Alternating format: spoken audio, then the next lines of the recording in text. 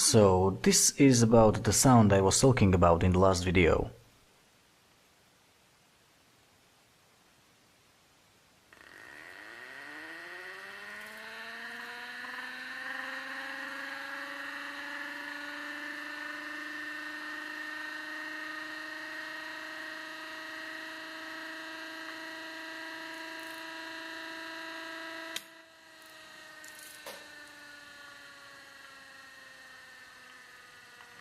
As you can see that these coils look really pretty good. So let me show you how I built it.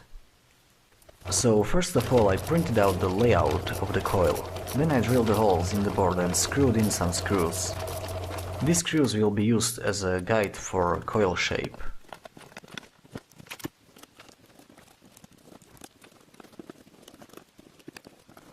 This winding process is quite labor intensive, but instead of doing this you can make a ring-shaped coil and then press it into shape.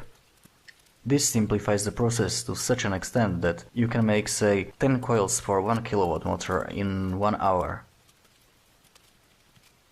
For the first prototype, when I used multiple coils, I spent about 1 hour for each coil. And this was because I want the coil to hold its shape, so I applied an epoxy after each layer or so. This method I am doing here has a disadvantage that you can theoretically make only flat coils. After you remove the screws, this coil can be pressed and its height can be reduced. I am fixing its shape right now by using small pieces of copper wire. This also forces the coil to have circular cross-section.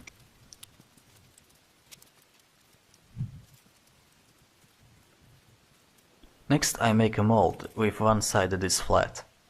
The coil was placed in the mold and poured by epoxy.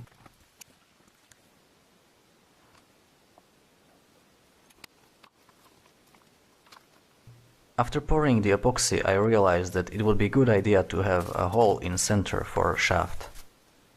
So at the last moment I placed some heavy round object at the center of the mold. When the epoxy has been cured I liberate it from the mold and perform a quick test.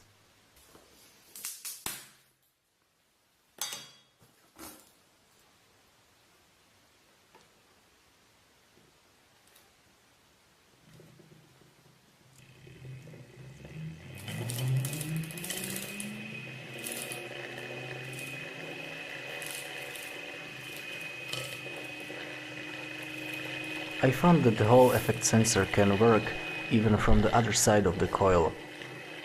Only now I have realized that what you see here is a motor that doesn't require shaft coupling. You can mount the rotor on work shaft and the stator can be mounted independently. Of course there are many disadvantages and limitations, but as you can see it can be done quite easily.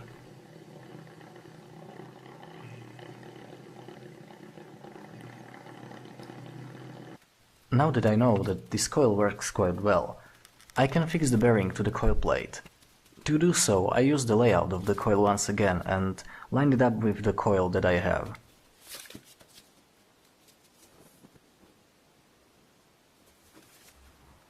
Then I lined up the bearing and seal it so epoxy doesn't get to the moving parts.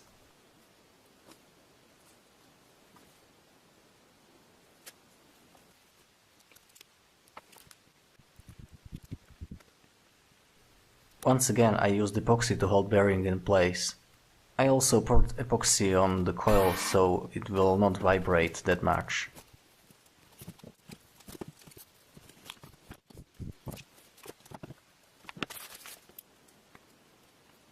Now we can mount the rotor to the bearing. The previous version of the motor was constructed quite different, so vibrations there were absolutely minimal. As I'm looking at this construction, it's so simple that I believe that this is the cheapest motor per watt that can be built. However, to support this, I have to make some measurements. To measure the output power of your motor, you have to know what is your torque at given speed. You saw me using a piece of aluminum to brake the motor. This is in fact a proper way to introducing dynamic load. So in one of the next videos I will make a simple jig for measuring torque.